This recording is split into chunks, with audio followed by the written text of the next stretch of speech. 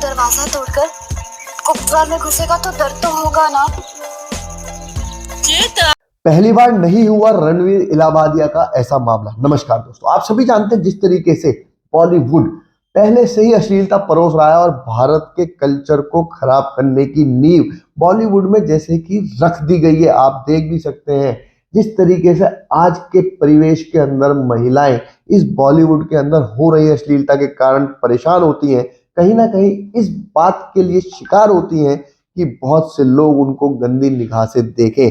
वही काम हुआ है रणवीर इलाहाबादिया के माध्यम से भी, जो उन्होंने इस शो के अंदर इस तरीके की बातें करी है जिससे कि पूरा देश आज शर्मसार महसूस कर रहा है। और ये देखना होगा कि जिस तरीके से बॉलीवुड के अंदर भी गंदगी परोसी जाती है, अपने कंटेंट को वायरल करने के लिए किसी भी बात को करने में कोई भी व्यक्ति गुरेज नहीं करता है और बस मात्र इतना ही चाहता है कि उसका कंटेंट वायरल हो जाए, वो वायरल हो जाए। लेकिन उससे भारत के समाज पे क्या फर्क पड़ेगा, भारत के अंदर रहने वाली उस लड़की के ऊपर क्या फर्क पड़ेगा जो कहीं ना कहीं इसका शिकार होकर अपने आप को ठगा हुआ महसूस करती है। देखना होगा कि जिस तरीके से इस शो के अंदर पूरा प्रकरण हुआ है, उसके बाद भारत की सरकार ओटीटी प्लेटफॉर्म्स पर और जिस तरीके से देवेंद्र फडणवीस का भी एक बड़ा बयान आया है कि यदि इस तरीके की कोई भी बात हुई है तो निश्चित ही सीमाएं हैं, एक मर्यादा है जहां पर कहीं भी कोई भी बात इस तरीके से नहीं कर सकता है। और यदि उन मर्यादाओं का उल्लंघन हुआ है तो निश्चित ही इनके ऊपर कार्रवाई की जाएगी। आप सुनिए कि जिस तरीके से देवेंद्र फडणवीस ने अपने बयान को दिया है, उससे माना जा रहा है कि आयोजकों के ऊपर आने वाले समय में बहुत ही बड़ी कार्रवाई हो सकती है।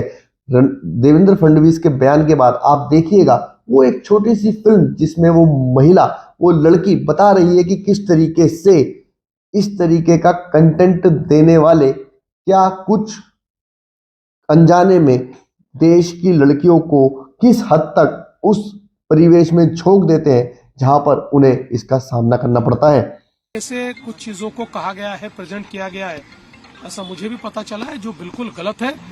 फ्रीडम ऑफ स्पीच सभी को है, लेकिन हमारी फ्रीडम वहां समाप्त हो जाती है जब हम किसी और के फ्रीडम पर इंक्रोच करते हैं, और इस प्रकार का इंक्रोचमेंट ठीक नहीं है।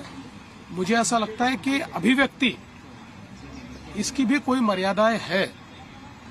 हमारे समाज में हमने अश्लीलता के भी कुछ नियम तैयार किए हैं, अगर उनको कोई पार करता है तो ये बहुत गलत बात है।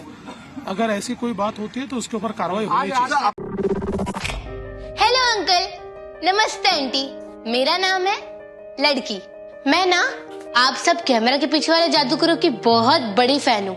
डायरेक्टर अंकल, प्रोड्यूसर आंटी, कितनी शानदार वेब सीरीज बनाते हैं आप लोग, टू गुड। इतना ह्यूमर कहाँ से लाते हैं आप?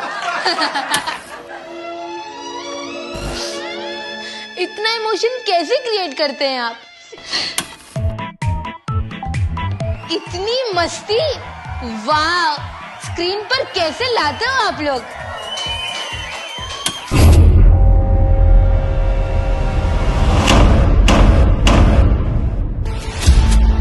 इतनी अश्लीलता कहाँ से लाते हैं आप लोग? ना मेरे शरीर की कोई रिस्पेक्ट, ना मेरे मन का कोई मोल, बस गंदगी में लिपटे हुए निरर्थक शब्द और निर्वस्त्र दृश्य। इससे आप कहते हैं कंटेंट? आप तो देखने वाले अपराधियों को उकसाकर चले जाते हैं, पर बलि चढ़ती है हम बेटियां, 3 साल की, 8 साल की, 12 साल की बेटियां। 1 मिनट, आपके घर में भी तो बेटी होगी ना, तो आप ऐसा क्यों करते हैं? साफ सुथरा कंटेंट भी सोशल मीडिया और ओटीटी पे बनाते ही हैं लोग, सब देखते हैं, तो आप ऐसा क्यों करते हैं? पैसे के लिए ना।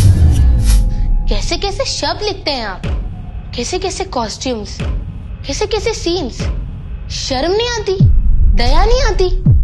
आप तो अपनी फिल्म दिखाकर निकल लेते हैं, लेकिन आज सुनिए, देश के दुश्मन है आप लोग, कंटेंट क्रिएटर नहीं, बेटियों के किलर है आप लोग, देश के विलन है आप लोग।